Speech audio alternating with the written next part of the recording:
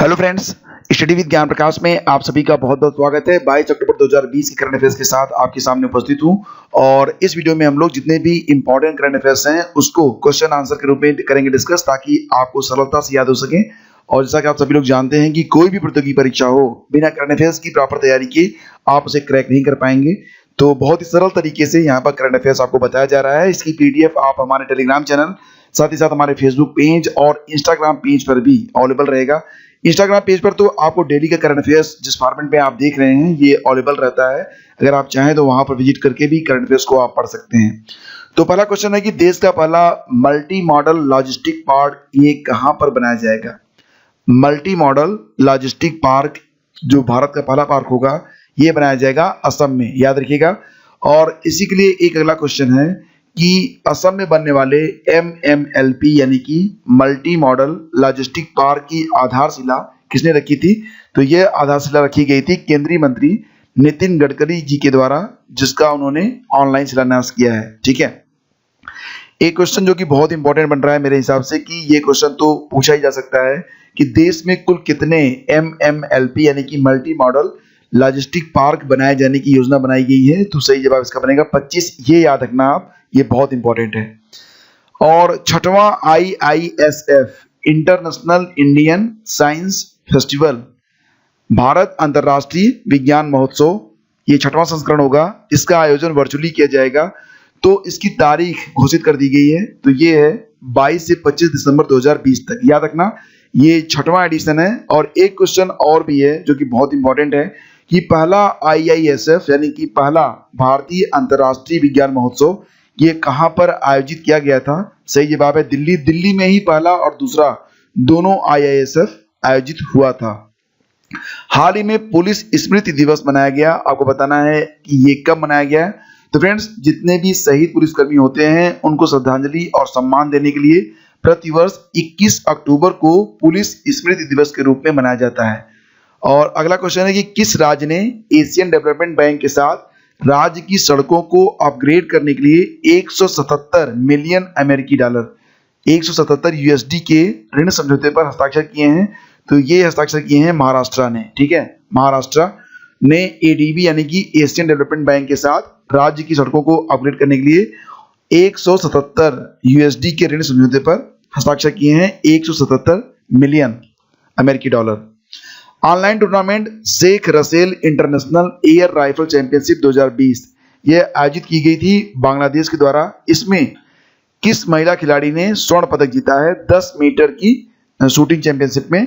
तो ये हैं भारत की एला वेनिल ब्लारिवेन, याद रखिएगा ये काफी इंपॉर्टेंट क्वेश्चन है। और ये जो टूर्नामेंट था ये ऑनलाइन आयोजित हुआ था, बांग्लादेश इसे आयोजित करता है।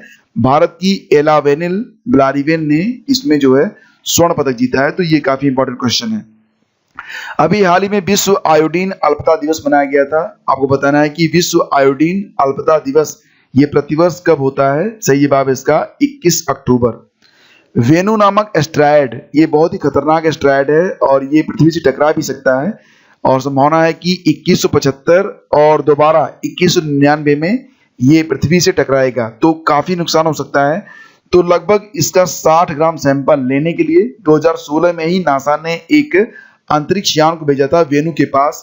तो ये 2018 में वेनु पर पहुंच भी गया है। आपको बताना है कि इसका नाम क्या है। जो अंतरिक्ष यान नासा ने भेजा है वेनु नामक एस्ट्रॉयड के अध्ययन के लिए और वहां से सैंपल लाने के लिए, उसका नाम है ओसिरिस रेक्स अंतरिक्ष यान, ओसिरिस रेक्स। ठीक है, 2016 में छोड़ा गया था, 2018 में पहुंच गया था ये। बहुउद्देशीय सिंचाई परियोजना जिसका नाम है कालेश्वरम सिंचाई परियोजना, तो इसे NGT ने पर्यावरणीय मंजूरी प्रदान कर दी है। ये कहां पर स्थित है। तो ये है तेलंगाना के जयशंकर भूपालपल्ली जिले में, तेलंगाना के जयशंकर भूपालपल्ली जिले में। और दक्षिण पूर्व एशिया में भारत को कोयले का शीर्ष आपूर्तिकर्ता देश है इंडोनेशिया।